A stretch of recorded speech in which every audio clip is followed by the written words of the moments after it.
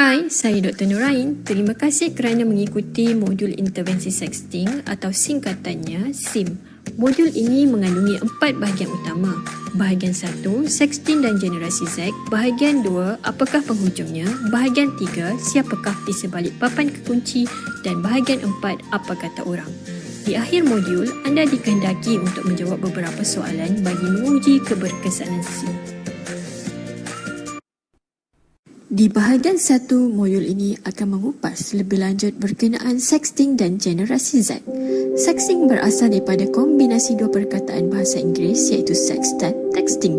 Secara amnya, sexting merupakan perbuatan berkongsi kandungan mesej yang berunsur seksual dalam bentuk tulisan, gambar ataupun video yang dihantar menggunakan alatan digital melalui pelbagai aplikasi atas talian. Sexting boleh terjadi sama ada di dalam hubungan perkahwinan antara pasangan suami isteri atau di luar hubungan perkahwinan, sama ada dengan orang yang anda hanya berhubung melalui aplikasi atas talian atau antara pasangan romantik yang anda jumpa di dunia realiti. Motif tersembunyi di sebalik perilaku sexting seperti untuk menguatkan sesebuah hubungan, mendapatkan kepercayaan daripada orang yang dikehendaki dan untuk memikat pasangan. Ada juga individu yang melakukan sexting untuk meneroka seksualiti, memenuhi kehendak seksual dan secara suka-suka. Generasi Z merupakan golongan yang berisiko untuk terlibat dalam perilaku sexting disebabkan kebergantungan yang tinggi terhadap ICT. Mereka juga merupakan pengguna terbesar internet.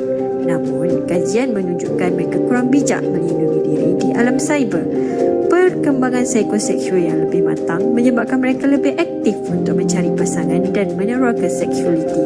Faktor-faktor ini menyebabkan generasi Z lebih mudah tertarik kepada perilaku sexting. Malangnya, sexting di kalangan generasi Z telah dikaitkan dengan pelbagai implikasi buruk. Di awal perilaku sexting ini mungkin nampak manis dan menyeronokkan, tetapi apakah penghujungnya jika anda terlibat dengan perilaku ini?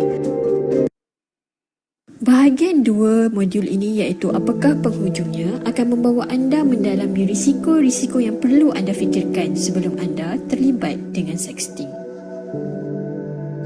Kesan negatif sexting boleh dilihat daripada aspek kesihatan seksual dan reproduktif, polis cyber, kesihatan mental dan dari sisi undang-undang.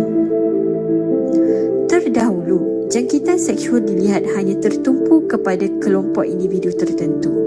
Misalnya, kadar jangkitan seksual yang tinggi di kalangan pekerja seks disebabkan amalan seks yang tidak selamat telah menyebabkan pelanggan mereka dijangkiti dan seterusnya ia boleh disebarkan kepada pasangan tetap seperti suami atau isteri. Namun, perubahan dan perluasan rangkaian seksual yang seiring dengan perkembangan teknologi telah mengakibatkan jangkitan seksual merebak secara rawak dan lebih meluas. Trend jangkitan seksual terutamanya sifilis dan gonoria di kalangan golongan muda dilihat semakin meningkat dan ia di tahap yang amat membimbangkan. Data di Malaysia melaporkan separuh daripada kes jangkitan seksual ini dilaporkan di kalangan mereka berumur 18 hingga 30 tahun. Kajian mendalam kepada isu ini telah membawa kepada perkaitannya dengan perilaku sexting. Golongan muda yang terlibat dengan sexting adalah 4 kali lebih cenderung untuk terlibat dalam aktiviti seksual seawal umur 14 tahun, mempunyai berbilang pasangan seksual, melakukan seks tanpa kondom, terjebak di dalam hubungan seks sejenis dan melakukan seks bawah pengaruh dadah dan alkohol. Tidak dinafikan lagi, sexting merupakan salah satu titik tolak yang menyumbang kepada aktiviti seksual berisiko di kalangan golongan muda yang boleh membawa kepada permasalahan yang lebih rumit, di antaranya penyakit HIV, kanser rahim dan kehamilan tidak dirancang. Buli cyber merupakan fenomena yang sering kali dikaitkan dengan penggunaan sosial media. Ia merupakan suatu perbuatan agresif yang dilakukan berulang kali dengan niat untuk menakut-nakutkan, mengganggu atau membuli orang lain di alam maya. Pada awalnya, kandungan mesej hanya bertujuan untuk dikongsi kepada pasangan atau individu tertentu. Namun, ia boleh bertukar menjadi ugutan sama ada untuk mendapatkan kepuasan seks atau untuk mendapatkan wang ringgit. Malah, sexting akan membuka ruang untuk seseorang itu dimalukan dan menerima kutukan orang lain jika ia disebarkan kepada umum. Impak polis cyber kepada mangsa adalah sangat besar kerana amat sukar untuk memastikan kandungan mesej sexting tersebut lupus dari alam maya kerana kita tidak tahu sejauh mana ia telah disebarkan. Tambahan pula, dengan teknologi internet, kandungan mesej tersebut boleh disebar tanpa mengira had masa dan tempat.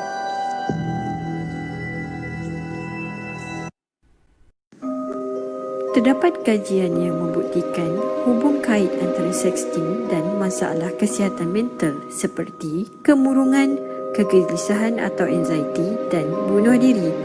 Pakar berpendapat bahawa sesetengah individu yang mengalami kemurungan dan kegelisahan lebih cenderung untuk melakukan sexting, dan orang yang melakukan sexting boleh menjadi murung atau gelisah selepas terlibat dalam perilaku ini.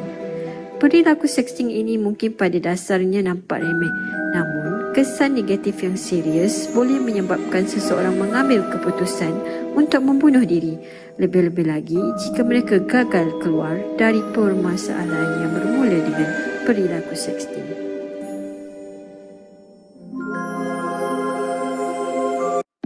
Tahukah anda menghantar mesej berunsur seksual kepada orang lain adalah satu kesalahan di sisi undang-undang? Dalam erti kata lain, sexting merupakan satu perilaku yang menyalahi undang-undang. Di Malaysia, terdapat beberapa akta yang membolehkan tindakan undang-undang diambil ke atas individu yang melakukan sexting. Antaranya, Akta 588 iaitu Akta Komunikasi dan Multimedia 1988, Akta 574 Kanun Keseksaan dan Akta 792 iaitu Akta Kesalahan-Kesalahan Seksual Terhadap Kanak-Kanak 2017. Anda boleh dikenakan hukuman denda maksimum RM50,000 atau penjara. Jika ia melibatkan kanak-kanak bawah umur, anda boleh dipenjara maksimum 5 tahun dan sebat jika disabitkan kesalahan. Sekarang, mari kita teliti beberapa fakta kes melibatkan sexting yang dilaporkan oleh media tempatan. Baru-baru ini, Mahkamah Magistrate Bahau telah menjatuhkan hukuman denda RM3,500 dan penjara 10 bulan ke atas seorang penganggur atas kesalahan mengugut bekas kekasihnya untuk menyebarkan gambar bogel apabila kekasihnya tidak mahu meneruskan hubungan. Tertuduh telah bertindak mengugut untuk menyebarkan gambar lucah milik mangsa menerusi WhatsApp dan dia telah didakwa mengikut kanun keseksaan. Kes kedua pula melibatkan seorang remaja 20 tahun yang dihukum penjara 21 bulan dan didenda RM17,000. Tertuduh didakwa atas kesalahan melakukan ugutan sehingga menyebabkan kematian seorang mangsa berumur 17 tahun serta memiliki bahan pornografi. Tertuduh dipercayai mengugut untuk menyebarkan gambar mogel mangsa di media sosial. Selain itu, dia juga mengugut ahli keluarga mangsa yang lain. Tindakan tertuduh menyebabkan remaja tersebut mengambil keputusan untuk membunuh diri dengan terjun bangunan setinggi 22 tingkat.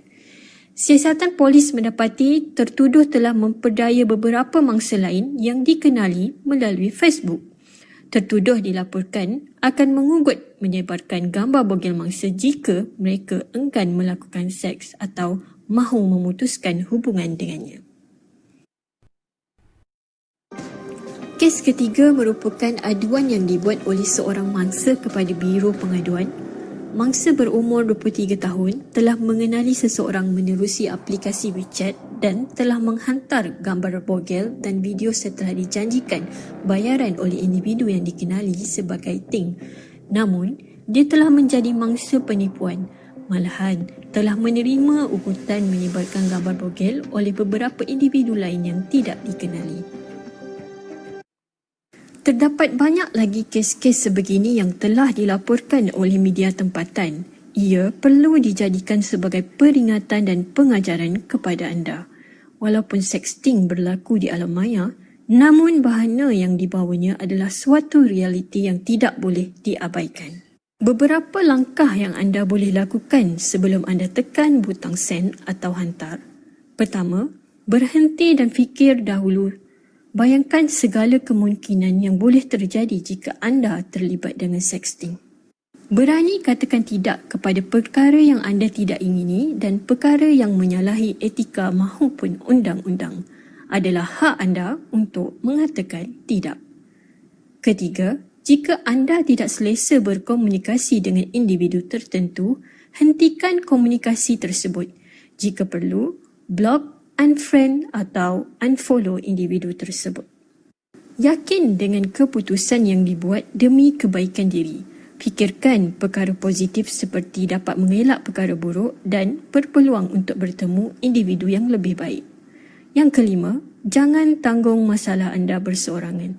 Dapatkan bantuan. Laporkan apa-apa ugutan kepada ibu bapa atau keluarga dan pihak berkuasa. Bahagian 3 modul iaitu siapakah di sebalik papan kekunci akan membawa anda mengenali lebih rapat personaliti individu yang cenderung melakukan sexting.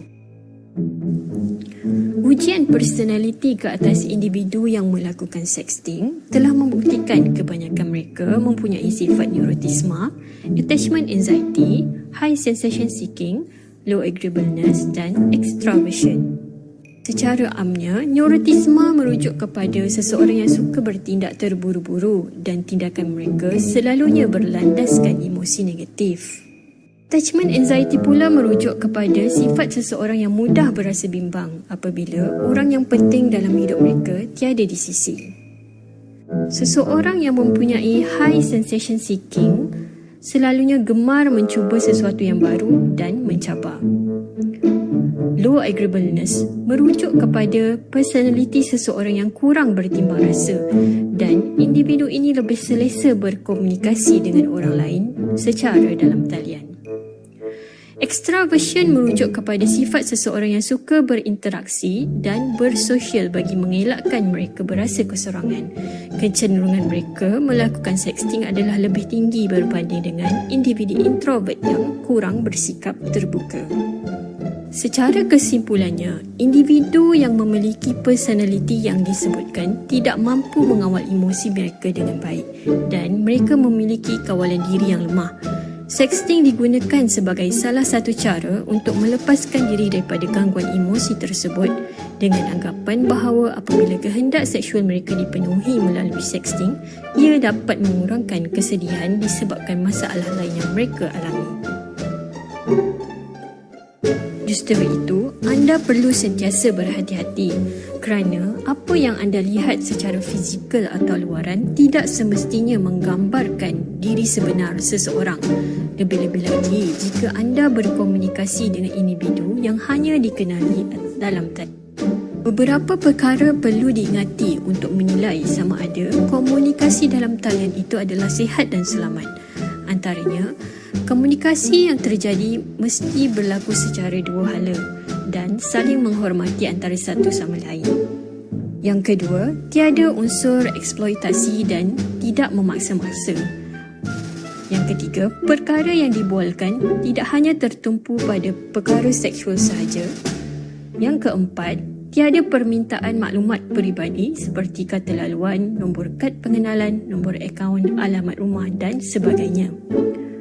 Yang kelima, tidak berjanji untuk berjumpa dengan individu yang tidak dikenali tanpa pengetahuan orang terdekat seperti ibu bapa atau rakan serumah. Bahagian 4 iaitu apa kata orang akan menerokai pendapat berkenaan sexting daripada pelbagai perspektif. Sexting dianggap sebagai budaya digital yang tidak mengira latar belakang agama dan tradisi masyarakat setempat. Sungguh pun budaya barat dilihat lebih bersifat terbuka berkenaan isu seksual. Peratusan sexting di setengah negara Eropah dan Amerika Syarikat dilihat lebih rendah berbanding negara Asia. Walaupun sexting dianggap sebagai satu budaya baru di kalangan golongan muda, tidak semua individu dapat menerima perilaku tersebut kerana sexting boleh memberi kemudaratan kepada anda di kemudian hari. Temu ramah yang dijalankan di kalangan golongan muda yang mempunyai pengalaman menerima kandungan mesej berunsur seksual daripada orang lain menyuarakan bahawa mereka berasa tidak selamat, tidak selesa, berasa takut dan mereka berpendapat individu yang membuat hantaran mesej tersebut sebagai gila seks, tidak mempunyai harga diri dan cuba meraih perhatian. Selain itu, ibu bapa berpendapat perilaku sexting ini tidak patut dilakukan kerana isu berkaitan seksual adalah sesuatu yang sensitif dan jika perbualan lucah atau gambar lucah ini diketahui umum, ia boleh mencemar nama baik keluarga. Trend golongan muda masa kini yang lebih mengutamakan validasi diri daripada individu lain telah menyumbang kepada perilaku sexting. Harga diri dinilai daripada aspek validasi yang diraih melalui komen positif dan pujian yang diterima daripada individu yang mereka kehendaki. Jelas sekali perkara ini terpesong dengan konsep sebenar harga diri yang menuntut seseorang itu supaya menghargai kelebihan dan kekurangan diri sendiri.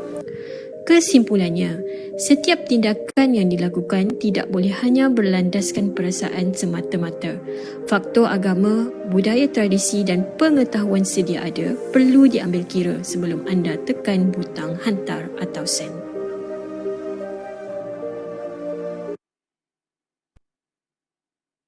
Diharapkan anda telah mempelajari sesuatu daripada modul ini dan tahniah diucapkan kerana anda sudah sampai ke pengakhiran SIM. Anda dikehendaki menjawab beberapa soalan bagi menilai keberkesanan modul ini. Sila klik pada pautan berikut.